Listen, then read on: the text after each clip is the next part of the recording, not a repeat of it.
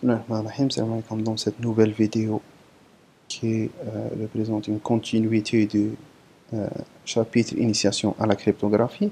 Dans cette deuxième partie, on va entamer la partie cryptographie symétrique qu'on a définie déjà dans la première partie en fait. Donc la cryptographie symétrique, c'est tout simplement l'utilisation de même clé de chiffrement pour le déchiffrement. Comme tout à fait avec la cryptographie classique, qui est aussi une sorte de la cryptographie symétrique, puisque César, par exemple, avec un décalage à droite par une certaine clé, une certaine valeur 3, la fonction réciproque utilise le même décalage dans le sens inverse afin de permettre un déchiffrement. Donc, utilisez toujours la même clé. Comme la machine Enigma qui utilise en fait toujours la même configuration initiale pour le déchiffrement, c'est comme on a vu dans le chapitre, l'exemple dans la vidéo précédente, que le chiffrement de Q il a été U. Si on tape U, la lampe de Q va être allumée aussi dans la procédure de déchiffrement. Donc c'est principe simple. Il y a deux types d'algorithmes de chiffrement symétrique.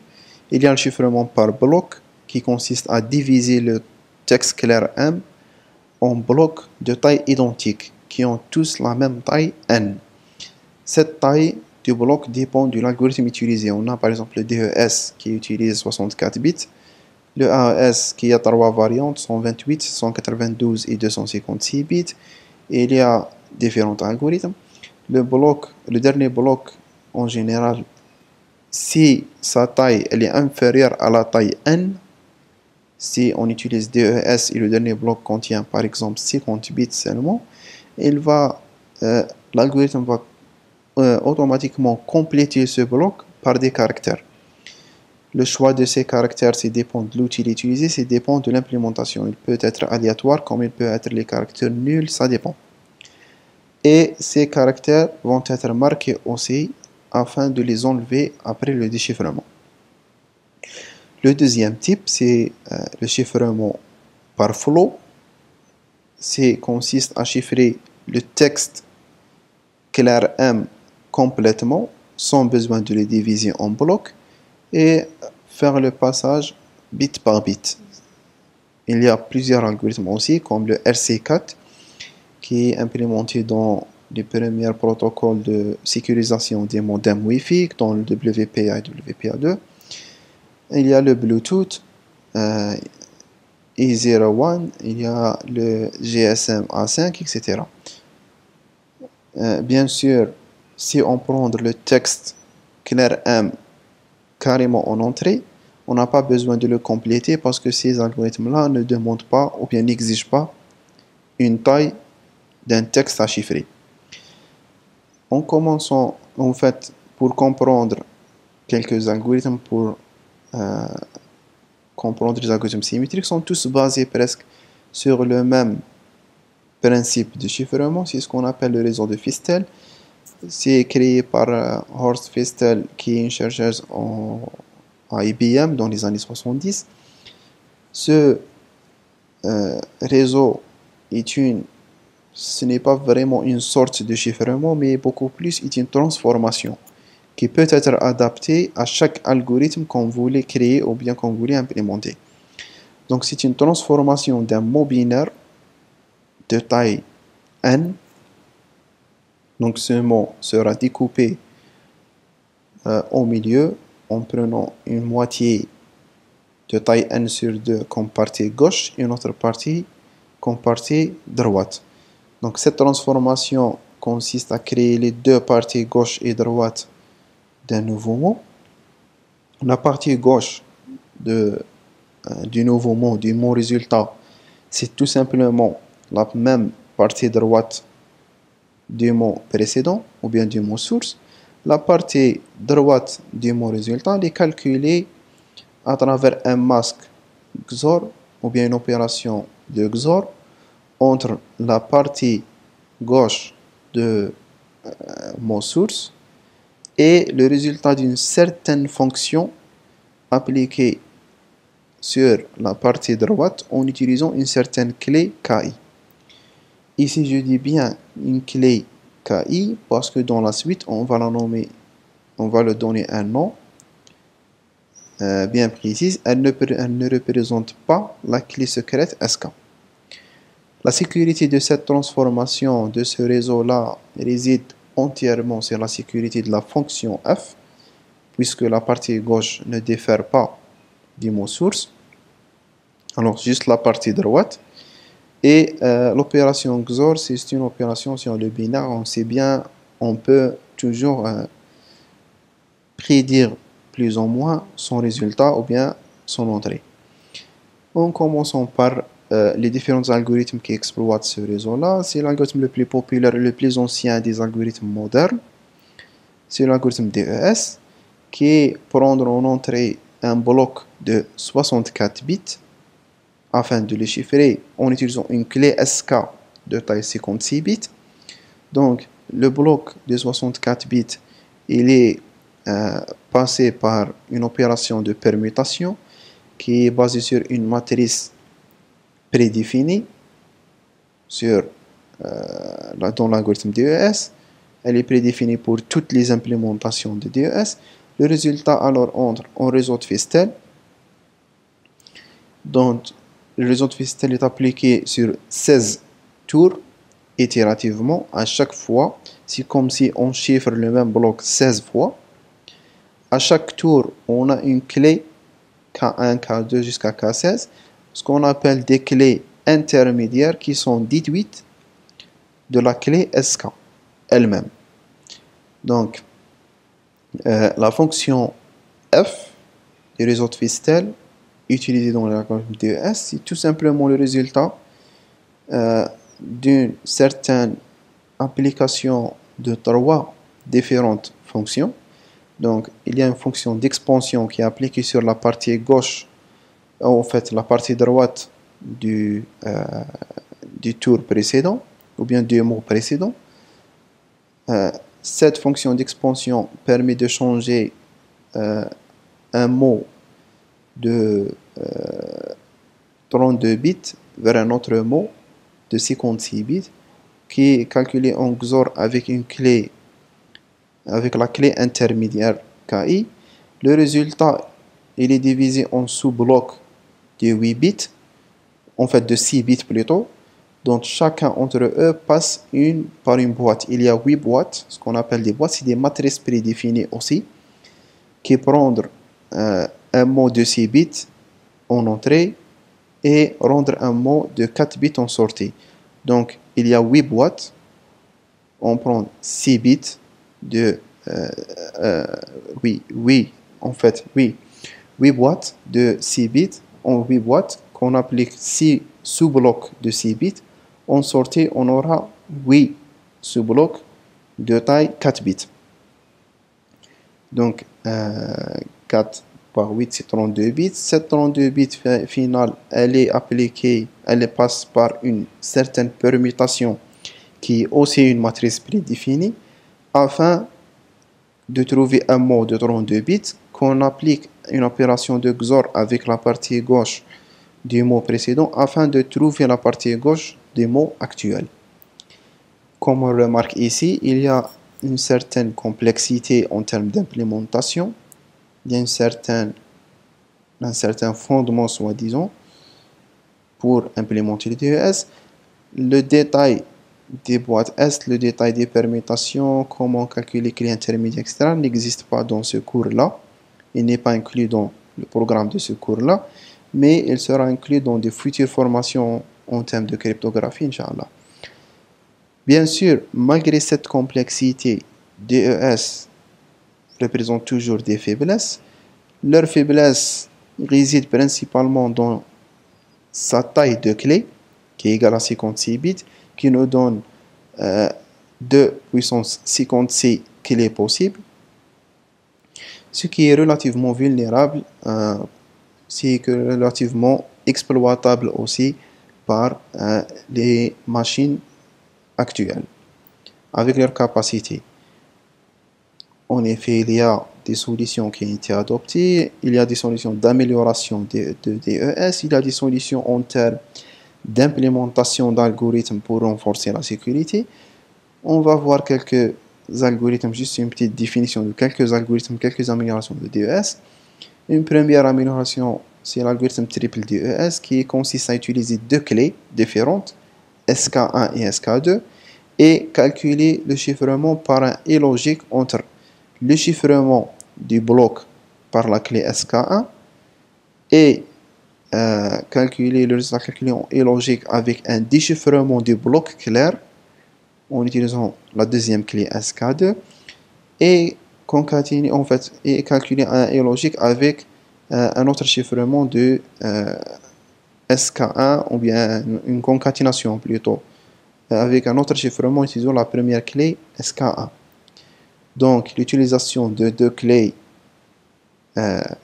nous permettre d'augmenter l'espace de clés possible de 2 puissance 56 à 2 puissance 112 clés qui est largement hors de portée des attaques qui exploitent la recherche exhaustive sur toutes les combinaisons possibles. Comme on a dit avant, le DES représente peut-être une certaine complexité d'implémentation avec tous les rounds, avec tous les clés intermédiaires, etc. Bien toutes les clés intermédiaires. Il y a un autre algorithme qui s'appelle le AES, le Advanced Encryption Standard, qui est proposé comme une solution de problème de temps d'exécution de DES et triple DES en utilisant 4 types d'opérations en 4 tours sur chacun des blocs. Le AES utilise des clés de taille 128, 192 ou bien 256 bits. Il y a un autre algorithme qui s'appelle le Blowfish qui manipule des blocs de 64 bits et qui utilise des tailles variantes entre 32 et 448 bits. Il y a aussi plusieurs variantes comme Blowfish, Twofish, c'est juste les implémentations du même algorithme. Il y a l'algorithme IDEA aussi qui est une amélioration en termes d'opération de AES qui manipule des blocs de 64 bits et une clé de taille 128 bits. Comme on a dit, ces algorithmes-là représentent des solutions alternatives du DES à travers pour renforcer en fait sa sécurité en termes de clés. Il y a aussi, comme on a dit avant, une amélioration ou bien un renforcement de sécurité en termes d'implémentation. C'est de créer une sorte de relation entre les blocs. Cela a donné naissance aux 4 modes de chiffrement par bloc. Il y a le mode le plus simple, le mode ECB, Electronic Codebook, qui consiste à chiffrer ou bien déchiffrer chacun des blocs indépendamment des autres blocs. Il y a le deuxième mode qui est le mode ECB qui prend ce qu'on appelle un vecteur initial ou bien une valeur initiale au début afin de masquer le premier bloc par une opération de XOR, puis exécute un chiffrement DES. Le résultat de chiffrement sera utilisé pour masquer le deuxième bloc par un XOR, puis exécuter un chiffrement, puis le troisième bloc jusqu'à la fin. Donc, c'est juste un renforcement et création d'une sorte de relation entre les blocs. Le troisième mode, c'est le mode OFB, qui consiste à chiffrer non pas le bloc, mais beaucoup plus le vecteur initial, puis utiliser ce chiffrement-là pour deux autres opérations. La première, c'est le masquage du bloc M1 du premier bloc par une opération de XOR, et le chiffrement du vecteur initial sera rechiffré afin de masquer le deuxième bloc, puis rechiffré afin de masquer le troisième bloc, etc. Et aussi pour le déchiffrement, ou bien pour l'opération de déchiffrement. Le quatrième et dernier bloc, c'est le Cipher Feedback, CFB.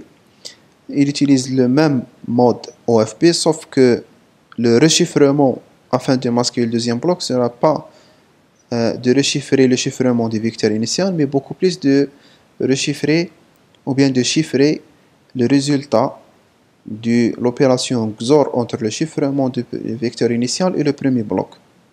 Et ainsi de suite jusqu'à la fin. Et le déchiffrement, ça sera aussi de la même chose. En arrivant à la partie pratique, comme on a dit, le DES peut-être qu'il semble un peu plus complexe dans son implémentation.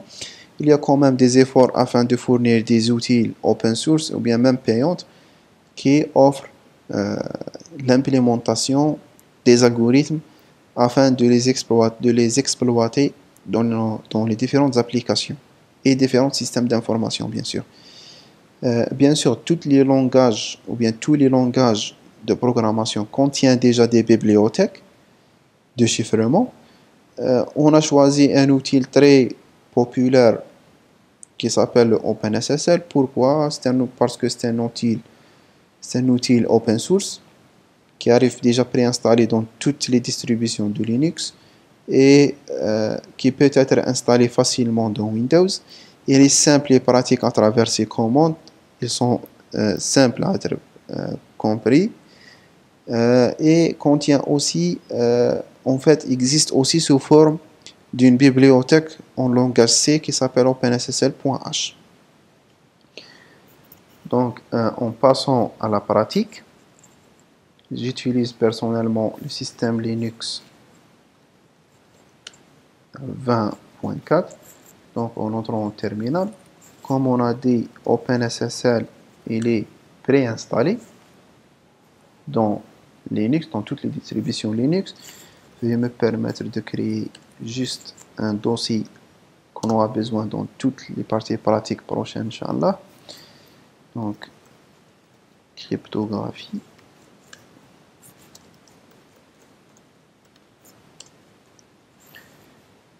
L'utilisation de OpenSSL, elle est simple. On peut tout simplement taper OpenSSL entrée. Pardon,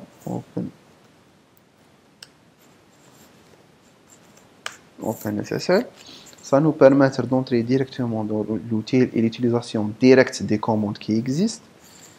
Comme on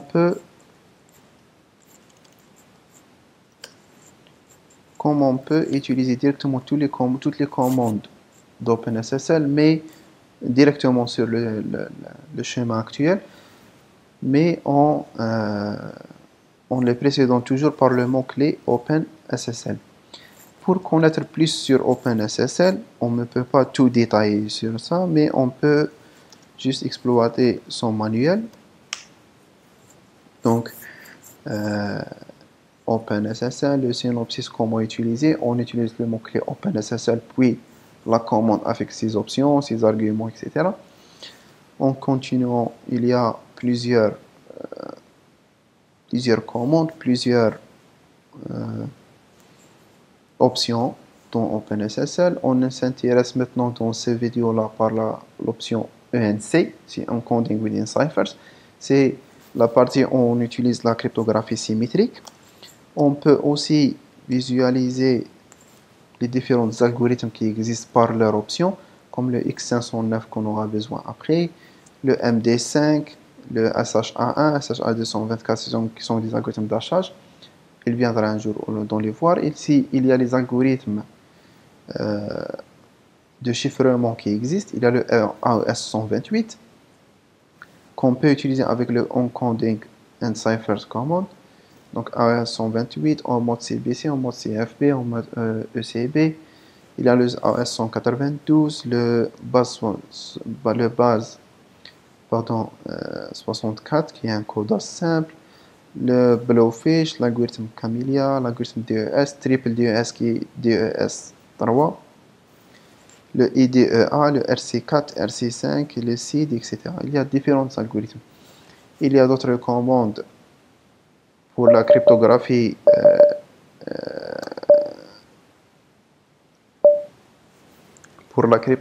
plutôt, je m'excuse pour le son, pour la cryptographie asymétrique qu'on va voir dans la prochaine vidéo.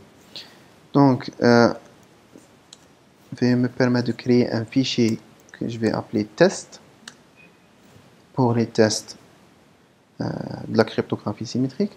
A, B, C, D, E, F, G, H, O, P. A, B, C, D, E, F, G, H, I, J, K, L, M, N, O, P. Donc, j'aurai besoin de ça dans les prochains. J'ai choisi en fait ce texte clair exceptionnellement pour les tests. Et je sais bien pourquoi, je vais le répéter. Je vais sauvegarder et quitter.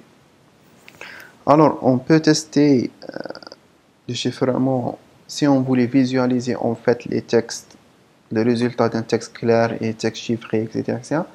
dans les blocs-notes, dans leur état en code ASCII, ça sera un peu difficile. Il est plutôt mieux de visualiser le code hexadécimal des blocs.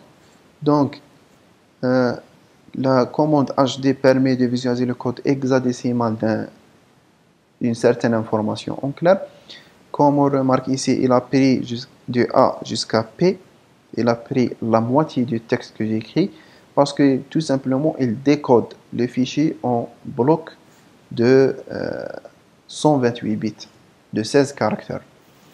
Donc, chaque deux chiffres ici représente un caractère dans son code hexadécimal et non pas le code ASCII. Le code spécial 0A, comme on voit ici le dernier bloc, l'étoile ici c'est intégré dans la dernière version, c'est pour dire que ce bloc-là il est répété plusieurs fois. Le dernier bloc, comme on remarque ici, contient un seul caractère qui s'appelle 0A.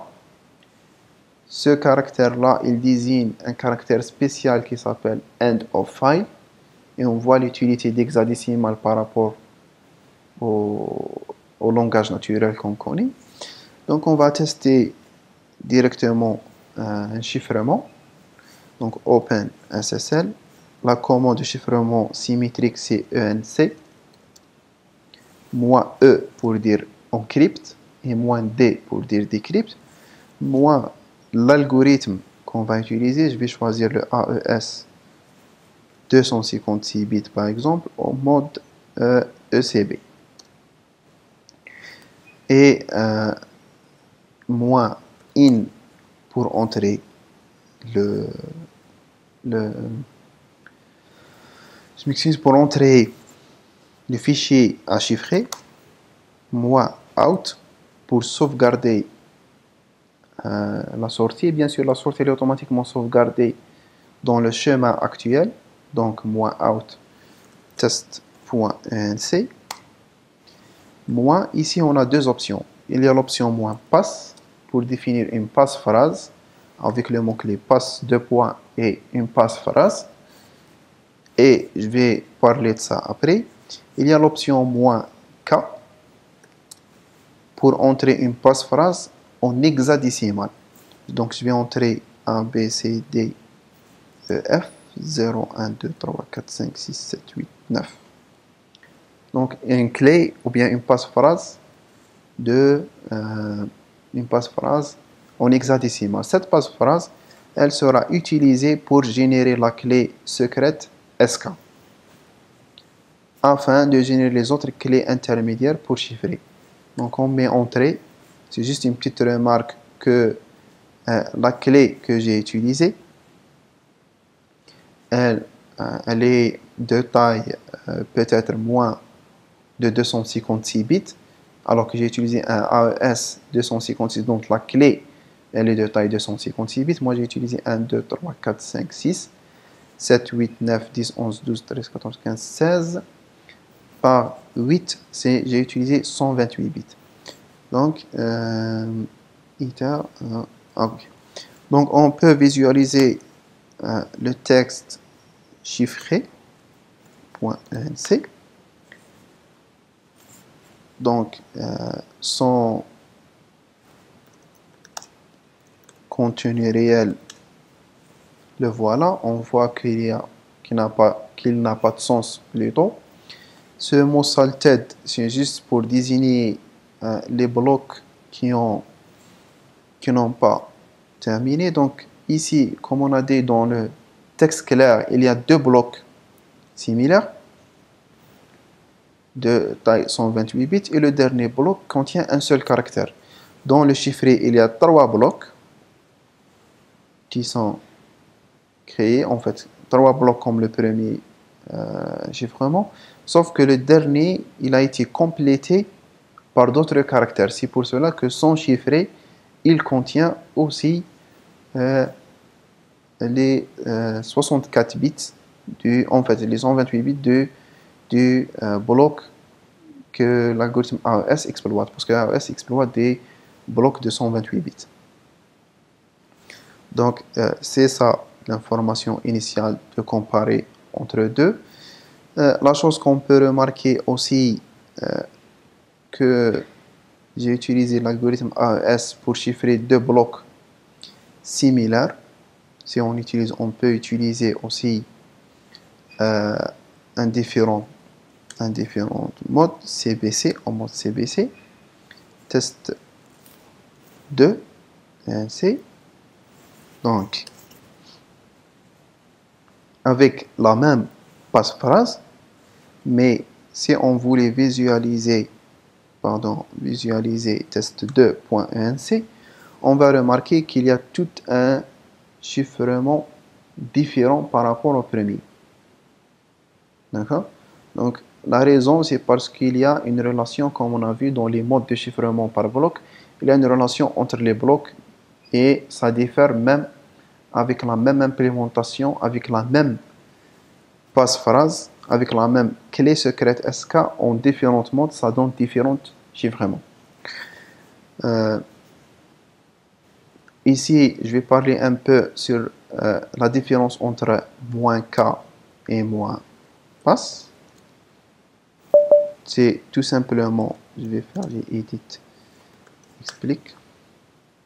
Donc, "-pass", comme on a dit, on utilise le mot-clé pass, deux points. On peut utiliser un mot de passe dans le langage naturel qu'on connaît. Un mot de passe qui a, par exemple, 1 2 3. Donc, bien sûr, dans le choix, je ne vais pas parler en détail, dans le choix de ce mot, on va utiliser le langage naturel, ce qui veut dire qu'on va utiliser les caractères qu'on a habituellement à faire, ce qui veut dire qu'on va utiliser le minuscule, le majuscule, non? Les chiffres, quelques caractères spéciaux qu'on a l'habitude de les utiliser, de points, moins, tiré bas, égal, plus, etc. etc. C'est-à-dire que le choix maximum, si on prend cet exemple-là, par exemple, donc on a 26 plus 26, c'est 52, plus 10, c'est 62, 63, 4, 5, 6, 7, 8, 9, 10, 70, 71 caractères. Donc on a une taille de 71, ou bien un alphabet de taille 71 caractères. Cela veut dire que pour une passe-phrase de taille, par exemple, 8 caractères, on aura besoin 8 à la puissance 71, 71 mots de passe possibles, alors que l'utilisation de "-k" nous oblige d'utiliser les codes hexadécimales comme on connaît, etc., etc. Si on utilise le code hexadécimal, on doit faire référence à la table des codes hexadécimales qui contient directement un alphabet de taille de 256 caractères différents qu'on peut les faire. Cela nous donne un espace de mot de passe qu'on peut l'utiliser. Bon, un mot de passe de 8 à la puissance de 256 caractères différents. C'est-à-dire 8 à la puissance de 256 mots de passe différents.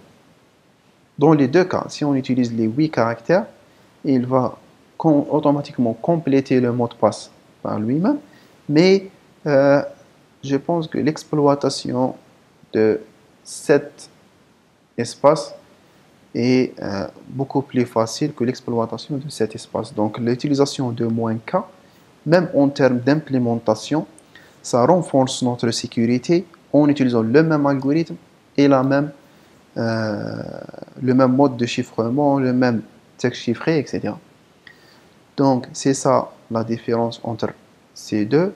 On voit que même en termes de choix, c'est pour ça qu'on a parlé dans l'introduction que la sécurité est l'ensemble de décisions avant d'être ensemble d'actions. C'est la décision comprendre qui peut affecter toute la sécurité de notre système. Bien sûr, j'aimerais bien d'ajouter un tout petit point ici, un truc plus ou moins qui peut nous aider dans nos maisons. Je peux tout simplement faire un gedit de mes mots de passe en disant que mot de passe Facebook c'est l'email.com avec son mot de passe, les différents mots de passe qui existent en parlant de Gmail par exemple, donc un mail de gmail.com avec son mot de passe, etc., etc. Je vais sauvegarder celui-là et je vais tout simplement faire un OpenSSL enc-e moi je vais choisir dans cette fois par exemple le triple DES en mode OFB, un -in mes mots de passe, -out -out, oui, je vais dire passe.enc par exemple, je vais utiliser cette fois passe, il n'y a pas de problème, donc passe de point 1, 2, 3 et je fais entrer. Le flag DES, je vais utiliser le triple DES directement. Donc, je peux tout simplement partir dans mon fichier. Je vais trouver le passe.enc.